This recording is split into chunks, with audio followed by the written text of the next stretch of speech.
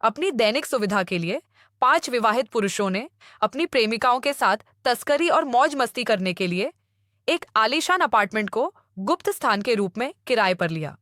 अप्रत्याशित रूप से एक महिला शिक्षक जो उन्हें खोज रही थी, अगली सुबह अचानक अपार्टमेंट में दिखाई दी। मृतका एक युवा और सुंदर लड़की थी।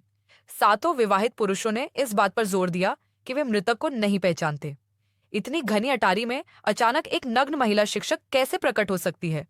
जॉन का एक सफल करियर और एक खुशहाल परिवार है, लेकिन उसका एक छोटा सा शौक है, जो अपनी पत्नी की पीठ पीछे अन्य महिलाओं के साथ छेड़खानी करना है, ताकि उसकी पत्नी को उसकी रोमांटिक गतिविधियों का पता न चले। मैं एक अपार्टमेंट खरीदने की योजना बना रहा हूँ, जिसके डिजाइन और निर्माण में मैंने स्वयं तथा अपने परिवार के लिए स्थान बनाने में भाग लिया था। इस मामले में जॉन के पास न तो होटल में चेक इन का रिकॉर्ड होगा और न ही हर बार क्रेडिट कार्ड का बिल होगा, जो पूरी तरह से निरर्थक होगा। हालांकि इस अपार्टमेंट को खरीदने के लिए उसकी पत्नी को घर से बड़ी रकम देनी पड़ती, इसलिए काफी विचार विमर्श के बाद उसने अपने 4 सबसे अच्छे दोस्तों से मदद मांगने का फैसला किया और उन्हें चोरी के लिए एक सामान्य स्थान के रूप में अपार्टमेंट खरीदने की अनुमति दे दी। हालांकि चारों भाइयों ने पहले ही अपने अपने परिवार और करियर शुरू कर दिए हैं, एना, हुसैन और श्याओ ने जॉन के विचार को सुनने के बाद घर खरीदने में निवेश करने की इच्छा व्यक्त की, क्योंकि इन तीनों समूहों के अपने अपने सीक्रेट एजेंट भी हैं। केवल हुसैन ईमानदार हैं और उन्होंने सीधे जॉन के प्रस्ताव को स्वीकार कर लिया। हालांकि कुछ ही दिनों में हुसैन का विवाह भी हो गया और वह एक दोस्त के घर में थी। अपार्टमेंट खरीदने के बाद जॉन और बाकी 5 लोगों ने बारी बारी से अपार्टमेंट का इस्तेमाल करना शुरू कर दिया। एक दूसरे को शर्मिंदा होने से बचाने के लिए उन्होंने एक मौखिक समझौते पर भी चर्चा की, यानी अगर कोई अपार्टमेंट का इस्तेमाल करना चाहता है तो उसे बाकी 4 लोगों को पहले से सूचित करना होगा। वे अक्सर अपने हनीमून के लिए अपार्टमेंट में जाते थे। केवल हुसैन को मासूमियत महसूस होती थी और वह कभी कभी अकेले समय का आनंद लेने के लिए अपार्टमेंट में आती थी। एक रविवार की सुबह हुसैन हमेशा की तरह आराम करने के लिए अटारी में गया। जैसे ही उसने दरवाजा खोला, उसने एक महिला को बिस्तर पर लेटा हुआ देखा। वह एक जवान गोरी लड़की थी, जो रजाई से ढकी हुई थी और बिना कपड़ों के थी। उसकी दाहिनी कोहनी बिस्तर के सिरहाने से टिकी हुई थी और बाईं कोहनी पर गहरा घाव था। ऐसा लग रहा था कि वह मर चुकी है। उसने इस महिला को पहले कभी नहीं देखा था और वह डर गया था। एना और 4 अन्य लोगों ने फोन किया। कॉल प्राप्त करने के बाद एना, श्याओ और हुसैन एक के बाद एक अटारी की ओर भागे। तीनों में से कोई भी उस व्यक्ति को नहीं जानता था। हुसैन ने कभी भी जियाओ के कॉल का जवाब नहीं दिया, क्योंकि वह बहुत ही गुस्सैल स्वभाव का था और उसे ड्रग्स लेने की आदत थी। कभी कभी जब वह नशे में होता था तो वह बहुत ही अजीब व्यवहार करता था। इसलिए जॉन और बाकी 4 लोग इस बात पर सहमत हुए कि यह भूत हो सकता है जिसने गोरी लड़की को मार डाला। कुछ समय पहले एक रात हु एक वेश्या को अपार्टमेंट में ले आया और उसे बिस्तर के सिरहाने पर धक्का देकर उसके साथ हिंसक दुर्व्यवहार किया। जॉन और हुसैन समय पर अपार्टमेंट पर पहुंचे और उन्हें पता चल गया कि हुसी ने पुलिस को फोन किया है। हुसी के बड़े भाई हुसैन ने पीड़ित कॉल गर्ल को घटना पर बड़ी रकम दी थी। अब ऐसा लगता है कि इस गोरी लड़की की मौत भी हुसी के कारण हुई थी। इस अटकल को और पुख्ता करने के लिए एना ने खून की गांठों से भरे बेडरूम की तलाशी लेने की हिम्मत जुटाई। नतीजतन उसे बिस्तर के सिरहाने खून की गांठों की एक पंक्ति मिली। तकिए पर खून की गांठों की किस्मत ने हमें एक साथ जोड़ दिया। इसके अलावा रजाई के नीचे खून से सना एक फल काटने वाला चाकू भी था, जो देखने में ऐसा लग रहा था अगर वे पुलिस को बुलाते तो वे फलों के चाकू पर उंगलियों के निशान से हत्यारे की पहचान कर पाते। लेकिन जॉन और बाकी 4 लोग इतने चिंतित थे कि वे हिलने डुलने में भी असमर्थ थे। जब वे हिचकिचा रहे थे, तभी उन्हें एक कॉल आया। मेयर हु, जिन्होंने संदेश छोड़ा था, वे भी घटनास्थल पर पहुंच गए थे। अजीब बात यह है कि हुसी ने भी इस बात पर जोर दिया कि वह मृतक को नहीं जानता था तथा वह पिछले 2 दिनों से झांग के घर में रह रहा था तथा कभी अपार्टमेंट में नहीं गया था। जहां तक इस बात का सवाल है कि अभी शियाओ की ओर से कोई फोन क्यों नहीं आया, हुसी ने कहा कि वह उस समय निर्माण स्थल का निरीक्षण करने के लिए लाओजांग के साथ थे। हुसी की पत्नी एक रियल एस्टेट डेवलपर हैं और वे 2 बच्चे हैं। बिना नोक जोक किए वे दोनों एक साथ निर्माण स्थल पर चले गए और दोपहर तक वहीं रहे।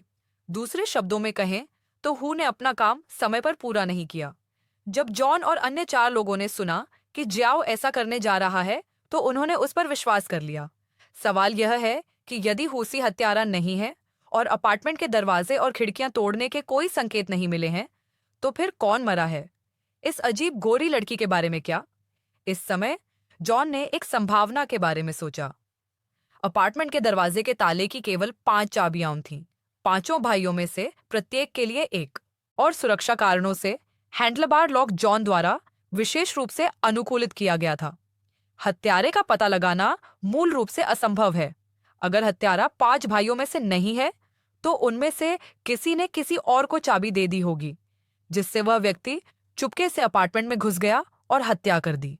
यह कहते हुए जॉन ने सबसे पहले अपनी चाबी निकाली और फिर अन्य 4 लोगों से भी अपनी अपनी चाबियां निकालने को कहा, ताकि वे अपनी बेगुनाही साबित कर सकें। एना, हुसी और श्याओ ने तुरंत अपनी चाबियां सौंप दी। केवल हुसैन ने हकलाते हुए दावा किया कि उसकी चाबी उसकी मालकिन एनी के हाथों में है। जब से वह एक मित्र की शादी में एनी के 16 लोगों के समूह से हार गया था, तब से हुसैन अक्सर एनी को अपार्टमेंट में ले जाता था ताकि वह उसके साथ घुल मिल सके। कुछ ही मिनटों बाद हुसैन, जिसने पहले कभी धोखा नहीं दिया था, एनी से प्यार करने लगा। उसने अपनी पत्नी को तलाक देकर एनी के साथ रहने का वादा भी किया। तब एनी ने न केवल हुसैन की दयालुता को स्वीकार किया, बल्कि हुसैन से यह भी पूछा कि क्या वह अतीत में अक्सर लड़कियों को रात बिताने के लिए अपार्टमेंट में लाता था, और एनी के प्रति अपने प्यार को कबूल किया, ताकि यह साबित हो सके कि वह उसके दिल में एकमात्र था।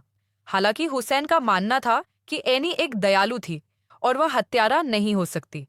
हुसैन एनी को समझाने ही वाला था कि अपार्टमेंट की घंटी बजी। पता चला कि यह रियल एस्टेट एजेंट था जो घर देखने आया था। रियल एस्टेट एजेंसी के अनुसार शशा नाम की एक महिला ने अपार्टमेंट की मालिक होने का दावा किया और एजेंसी के माध्यम से घर को बिक्री के लिए सूचीबद्ध किया। रियल एस्टेट एजेंट के शब्दों ने एना, हुसैन और ज्याओ को एक दूसरे को देखने पर मजबूर कर दिया। क्या यह अपार्टमेंट 5 लोगों के द्वारा नहीं खरीदा गया था? जब पूछा गया कि यह मालिक शाशा कौन है, तो उसकी अभिव्यक्ति स्पष्ट रूप से थोड़ी अस्वाभाविक थी। जॉन ने रियल एस्टेट एजेंट को दूर भेज दिया। उसके बाद उसने बाकी 4 लोगों के सामने एक रहस्य कबूल किया। ये पता चला, जैसे ही वह बोल रहा था, उसे पता चला कि जॉन न केवल बिस्तर पर मृत महिला को जानता था, बल्कि यह भी कि वह एजेंट द्वारा भेजी गई थी और जॉन के समूह की सदस्य भी थी। इस बारे में बात करते हुए एना और श्याओ का भी शाशा के साथ रिश्ता था, लेकिन यह बहुत पहले की बात है, इसलिए उनमें से किसी को भी यह महिला याद नहीं है। करीब 2 साल पहले जॉन, एना और 53 अन्य लोग एक साथ एक पार्टी में शामिल हुए थे। इसी पार्टी में जॉन की मुलाकात शाशा से हुई और वे जल्द ही एक दूसरे के गुप्त प्रेमी बन गए। इसमें कोई संदेह नहीं है कि प्लेबॉय जॉन सिर्फ शाशा के साथ मौज मस्ती करना चाहता था, लेकिन शाशा जॉन की ओर आकर्षित थी। पिछले 2 सालों से जॉन अपनी पत्नी को तलाक देने और उससे शादी करने के लिए मजबूर करने की कोशिश कर रहा है। पिछली रात जॉन उठे और साशा को अपार्टमेंट में ले गए। उन दोनों के बीच प्यार होने के बाद जॉन ने अपनी पैंट ऊपर खींची और साशा को अल्टीमेटम दिया, उसे फिर से उसके पास न आने के लिए कहा। अंत में वह बिना पीछे देखे अपने घर वापस चला गया। यह बहुत दुखद था कि जब जॉन चले गए तो साशा जीवित और स्वस्थ थी, लेकिन उसका मूड खराब था। दूसरे शब्दों में, हालांकि जॉन साशा को जानते थे और जानते थे कि वह अपार्टमेंट में क्यों आई थी, लेकिन साशा की मौत से उनका कोई लेना देना नहीं था। जॉन की नाराजगी सुनकर गुस्सैल हुजी को गुस्सा आ गया। उसने बिस्तर पर रखा फल का चाकू उठाया और गंदी बातें कर रहे जॉन को जान से मारने की धमकी दी। सौभाग्य से उसे समय रहते दूसरों ने रोक लिया। जॉन और हुजी को शांत करने के लिए हुसैन ने उनमें से प्रत्येक के लिए एक गिलास शराब डाली और उन्हें शांत होने के लिए कुछ पीने के लिए कहा। साथ ही ज्याओ ने जॉन को याद दिलाया कि पिछले कुछ दिनों में शायद उसे कुछ अजीबोगरीब चीजों का सामना करना पड़ा हो। ज्याओ का मतलब बहुत साफ था, जॉन को छोड़कर बाकी 4 लोगों का साशा से कोई लेना देना नहीं था। अगर जॉन खुद हत्यारा नहीं था, तो क्या यह हुजी हो सकता है? क्या स्वर्ग से आए लोगों ने साशा को मार डाला?